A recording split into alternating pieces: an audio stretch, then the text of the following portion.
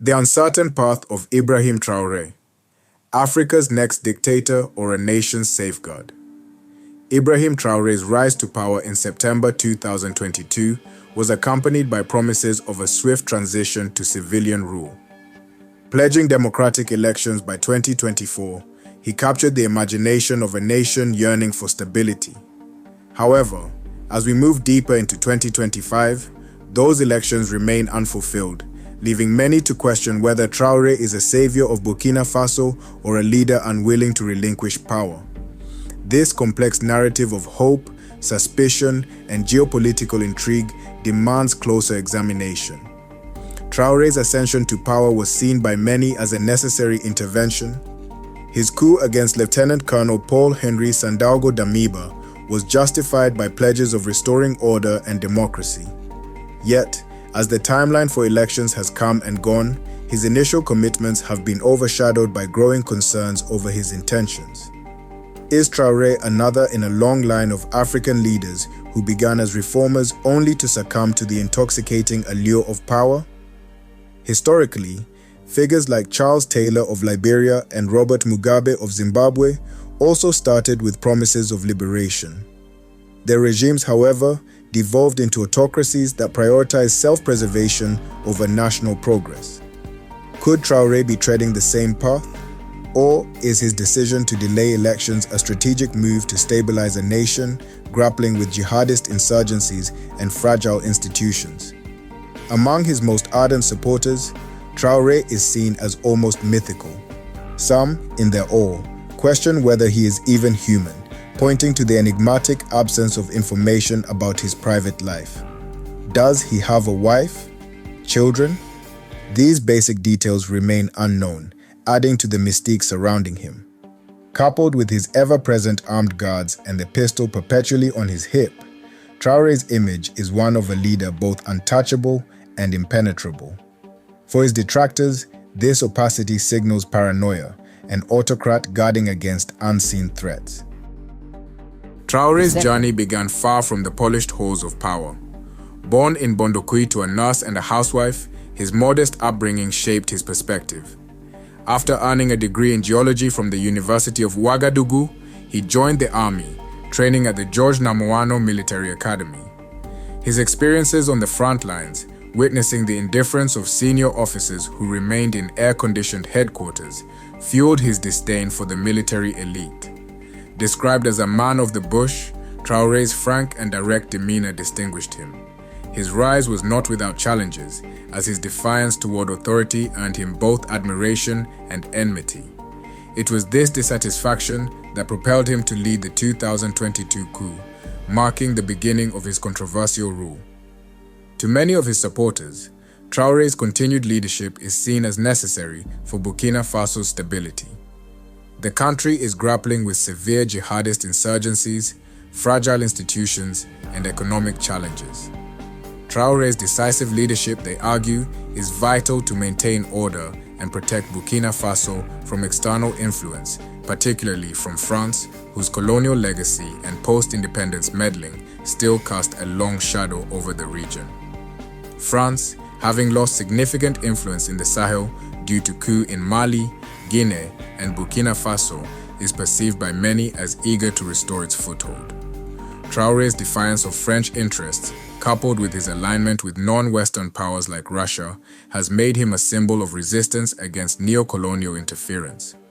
In this context, his prolonged rule could be viewed as a bulwark against external manipulation, much like Uganda's Yoweri Museveni and Rwanda's Paul Kagame, who have maintained decades-long regimes that prioritize national stability and regional autonomy. Museveni and Kagame, once seen as revolutionaries, have managed to leverage their prolonged rule to foster stability, economic growth, and regional influence in Uganda and Rwanda.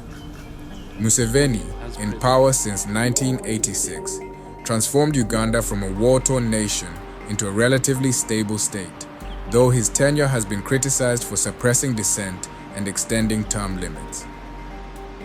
Similarly, Kagame's leadership in Rwanda has been credited with rebuilding the country after the 1994 genocide and turning it into a development success story, even as critics point to authoritarian tendencies. Could Traoré emulate these examples? His admirers argue that his leadership, though controversial, could provide the stability necessary for Burkina Faso to rebuild its institutions and economy. His nationalist rhetoric and focus on self-reliance resonate with a population weary of external exploitation. However, the risks of this model are clear.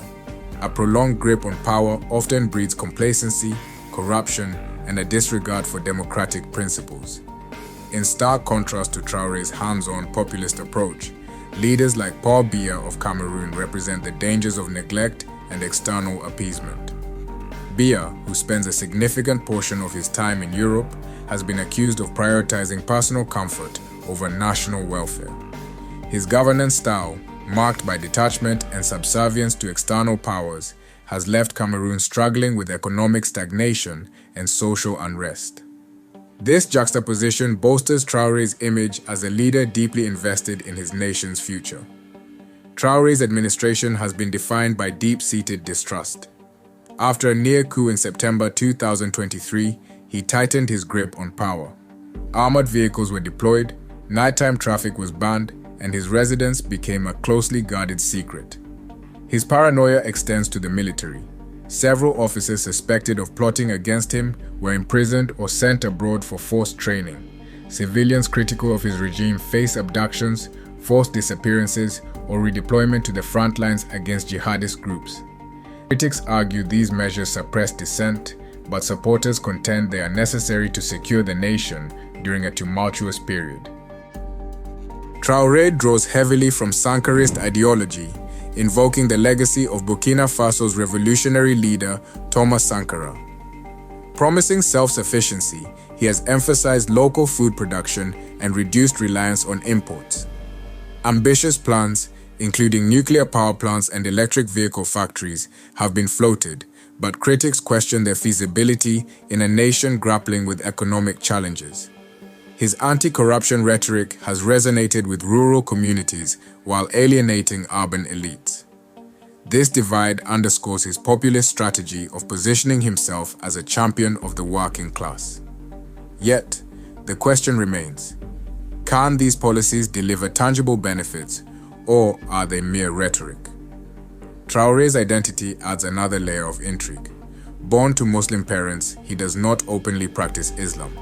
Instead, reports suggest he is influenced by animist beliefs, guided by a spiritual advisor known as Adja the Healer.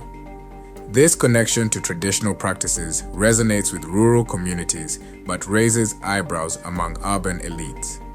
This spiritual dimension, coupled with his rejection of conventional religious practices, underscores his distinct leadership style.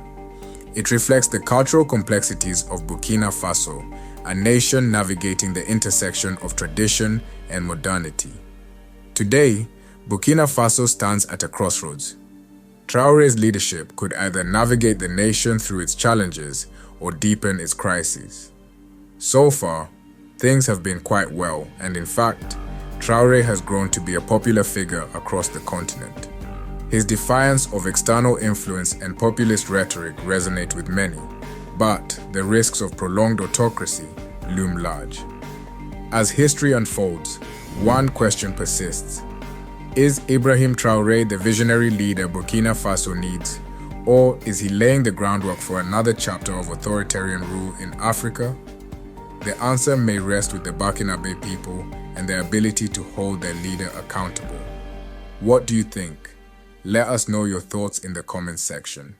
See you guys on the next one.